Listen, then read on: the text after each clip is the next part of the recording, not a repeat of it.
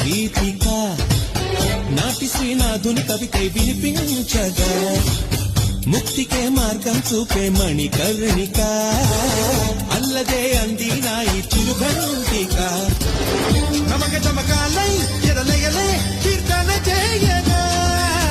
యమక గమకాలై పదగదులే నర్తన చేయగా ప్రతి అడుగు ధరిస్తోంది ప్రదక్షిణగా విలాసంగ శివనంద లహరి మహాగంగ ప్రవాహంగ భారీ విశాలాక్షి సమేతంగా చేరి వరాలి చేగాజీ పురి